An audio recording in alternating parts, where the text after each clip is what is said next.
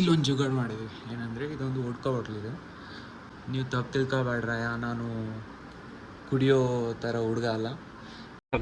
ನನಗೆ ಅನ್ನಿಸ್ತದೆ ನೋಡಿದ್ರೆ, ನನ್ನ ನೋಡಿದ್ರೆ ನಿಮ್ಗೆ ಆ ಥರ ಅದು ಅನ್ನಿಸ್ತದೆ.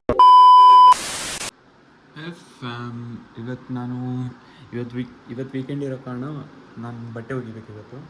ಸೊ ಇವತ್ತು ಒಂದೇ ದಿನ ರಜೆ ಇತ್ತು. ಆ್ಯಕ್ಚುಲಿ ನಮಗೆ ಸ್ಯಾಟರ್ಡೇ ಸಂಡೇ ರಜೆ ಇರುತ್ತೆ. ಸ್ಯಾಟರ್ಡೇ ಕೆಲ್ಸಕ್ಕೆ ಹೋಗಿದ್ದೆ, ಸ್ವಲ್ಪ ಆಫೀಸ್ ಎಮರ್ಜೆನ್ಸಿ ಇತ್ತು. ಸೊ ಸ್ವಲ್ಪ ಟಾಸ್ಕ್ ಕಂಪ್ಲೀಟ್ ಮಾಡ್ಕೊಂಡು ಸ್ಯಾಟರ್ಡೇ ಒಗೆಯೋಕ್ಕಾಗಿಲ್ಲ.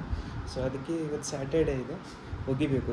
ಟೋಟಲ್ ನಾನು ಈ ಒಂದು ವಾರ ಆದಮೇಲೆ ನಾನು ಟೋಟಲ್ ಎಲ್ಲ ಬಟ್ಟೆ ಒಗಿತೀನಿ ಯೂಶ್ವಲಿ. ಸೊ ಇಷ್ಟೊಂದು ಬಟ್ಟೆ ಇದೆ, ಇದೆಲ್ಲ ಒಗಿಬೇಕು.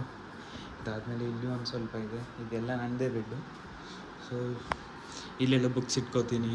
ಸೊ ಇಲ್ಲೊಂದು ಸ್ವಲ್ಪ ಮನೆ ಸ್ವಲ್ಪ ಹಳೇದು ಕಾಣಿಸ್ತಾರ ಇರ್ಬೋದು, ಬಟ್ ಇದೇ ಥರ ಎಲ್ಲರದ್ದು ಹಿಂಗೆ ಲೈಫ್ ಸ್ಟಾರ್ಟ್ ಆಗೋದು. ನಿನ್ನಿಂದ ಮೊನ್ನೆ ಮೇಲೆ ಟೆರೆಸ್ ಕ್ಲೀನ್ ಮಾಡಿದ್ದೀವಿ ಡೈಲಿ ಮಲ್ಕೊಳ್ಳೋಕ್ಕೆ.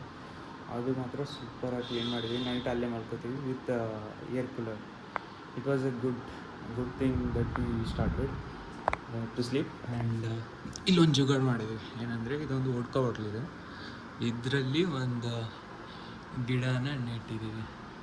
ನೀವು ತಪ್ಪು ತಿಳ್ಕೊಬೇಡ್ರಯ್ಯ, ನಾನು ಕುಡಿಯೋ ಥರ ಹುಡುಗ ಅಲ್ಲ. ಜಸ್ಟ್ ನಮ್ಮ ರೂಮ್ಮೇಟ್ಸ್ ಅವ್ರದ್ದು ಇದು.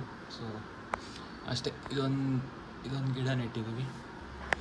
ಇಲ್ಲೊಂದು ನಮ್ಮ ಫ್ರೆಂಡ್ ಅವ್ರದ್ದು, ನಮ್ಮ ಫ್ರೆಂಡ್ ಈ ಕಂಪ್ನೀಲಿ ವರ್ಕ್ ಮಾಡ್ತಾರೆ, ಅವ್ರದ್ದು ಒಂದು ಗಿಡ ಕೊಟ್ಟಿದ್ದಾರೆ, ಒಂದು ಪ್ಲ್ಯಾಂಟ್.